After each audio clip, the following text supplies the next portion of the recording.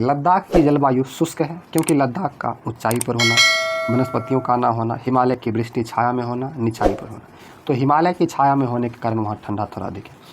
लद्दाख में पाया जाने वाला महत्वपूर्ण जानवर क्या है? पांडा, जंगली भैंसा, याक, शेर। तो याक वहाँ पाया जाता है, जिसके दूध का पेड़ा बनता भी पड़ चुके हैं आप पीछे। कश्मीर से लद्दाख होते हुए तिब्बत को कौन सा दर्रा जोड़ता है? कश्मीर से लद्दाख को। तो यहाँ पर अभी आपने जाना था इस बात को, कश्मीर घाटी से जो है राष्ट्रीय राजमार्ग 1, तो जोजिला दर्रा जो है कश्मीर से लद्दाख होते हुए तिब्बत को जोड़ता है। नहीं, जोजिला दर्रा नहीं होगा, कारकोरम दर्रा होगा। ध्यान से पढ़िएगा तो ये समझ में आएगा। लद्दाख में बहने वाली नदियाँ सिंधु नर्मदा, सिंधु सयोक, सिंधु गंगा, सिंधु चिनाब। कौन नदी है? तो यहाँ पर आप पढ़े थे सिंधु नदी लद्दाख से होकर बहती है, सयोक, नुब्रा, छो, ये सब बड़ी नदियाँ हैं। और यहाँ पर आपका क्वेश्चन भी आ गया है, लद्दाख में बहने वाली नदियाँ, तो यहाँ हो जाएगा सिंधु सयोक। सिंधु नदी तो है ही, एक सयोक नदी भी है। ठीक है, आगे खाली जगहों को भरिए। खापाचान का अर्थ क्या होता है? तो खापाचान का अर्थ आप शुरू में ही आपको बताए थे। खापाचान का अर्थ होता है हिम भूमि। क्या होता है? हिम भूमि। आप लोग नोट कर लीजिए इस बात को। लद्दाख क्षेत्र की सामान्य ऊंचाई कितनी है? तो लद्दाख क्षेत्र की सामान्य ऊंचाई 3600 मीटर है। अभी सब चीज़ हम लोग पढ़े थे आप लोग। अच्छे किस्म का जीरा रैस घाटी में होता है, अच्छे किस्म का जीरा द्रास घाटी में होता है। कारकोरम दर्रा कश्मीर को डैश से जोड़ता है, तो ऑब्जेक्टिव में भी पढ़ लिए थे। कारकोरम दर्रा कश्मीर को लद्दाख से जोड़ता है। बड़े मठों को डैश कहते हैं, तो बड़े मठों को गोम्पा कहते हैं।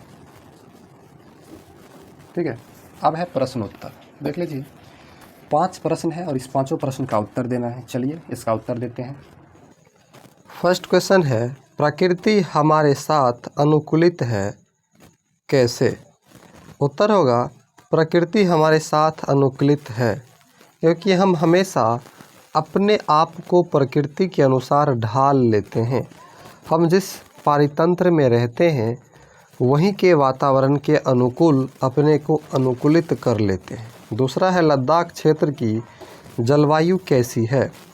उत्तर होगा इसका, लद्दाख की जलवायु इसकी ऊंचाई और हिमालय की वर्षा छाया में स्थित होने के कारण शुष्क और ठंडी है और इसे ठंडे रेगिस्तान जलवायु के रूप में जाना जाता है।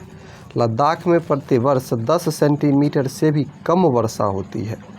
तीसरा प्रश्न है, लद्दाख में विरल वनस्पति और विरल जनसंख्या क्यों है? मतलब कम, कठिन। उत्तर इसका हो जाएगा, उच्च शुष्कता के कारण यह उजाड़ है और वनस्पतियां कम है। हरियाली जिसे कहते हैं वह कहीं नहीं दिखती। कृषि योग्य भूमि की भारी कमी है। जीवन यापन की असुविधा के कारण जनसंख्या भी विरल ही है, मतलब आसान नहीं रहता वहाँ पर रहना। अगला प्रश्न है, याक की उपयोगिता हमारे यहाँ के किस पशु से मिलती है? तो देखिए इसका उत्तर होगा, याक की उपयोगिता हमारे यहाँ की भैंस से मिलती है। मादा याक बच्चे पैदा करती है, इनसे दूध मिलता है जिससे खोआ, पनीर और मक्खन बनता है। नर याक बोझ ढोने, गाड़ी और हल खींचने के काम आते हैं, तो ये इनका उपयोग है। 5वां क्वेश्चन है, लद्दाख जैसे ठंडे रेगिस्तानी क्षेत्र में पर्यटन की क्या संभावनाएं हैं घूमने की, तरह करने की? जारे की, इसका उत्तर होगा, जारे की अधिकता तथा कोई प्राचीन स्मारक के नहीं रहने के कारण यहाँ पर्यटन की कोई संभावना नहीं है। यातायात की भी कोई खास सस्ती व्यवस्था नहीं है, मतलब जाने आने का। तो इस प्रकार से यहाँ की इस प्रश्न का उत्तर हमने जाना। इस वीडियो में इस सारे प्रश्न का उत्तर जाना, उसके बाद ये पूरा चैप्टर को समझा। ठीक है, 8वां चैप्टर था।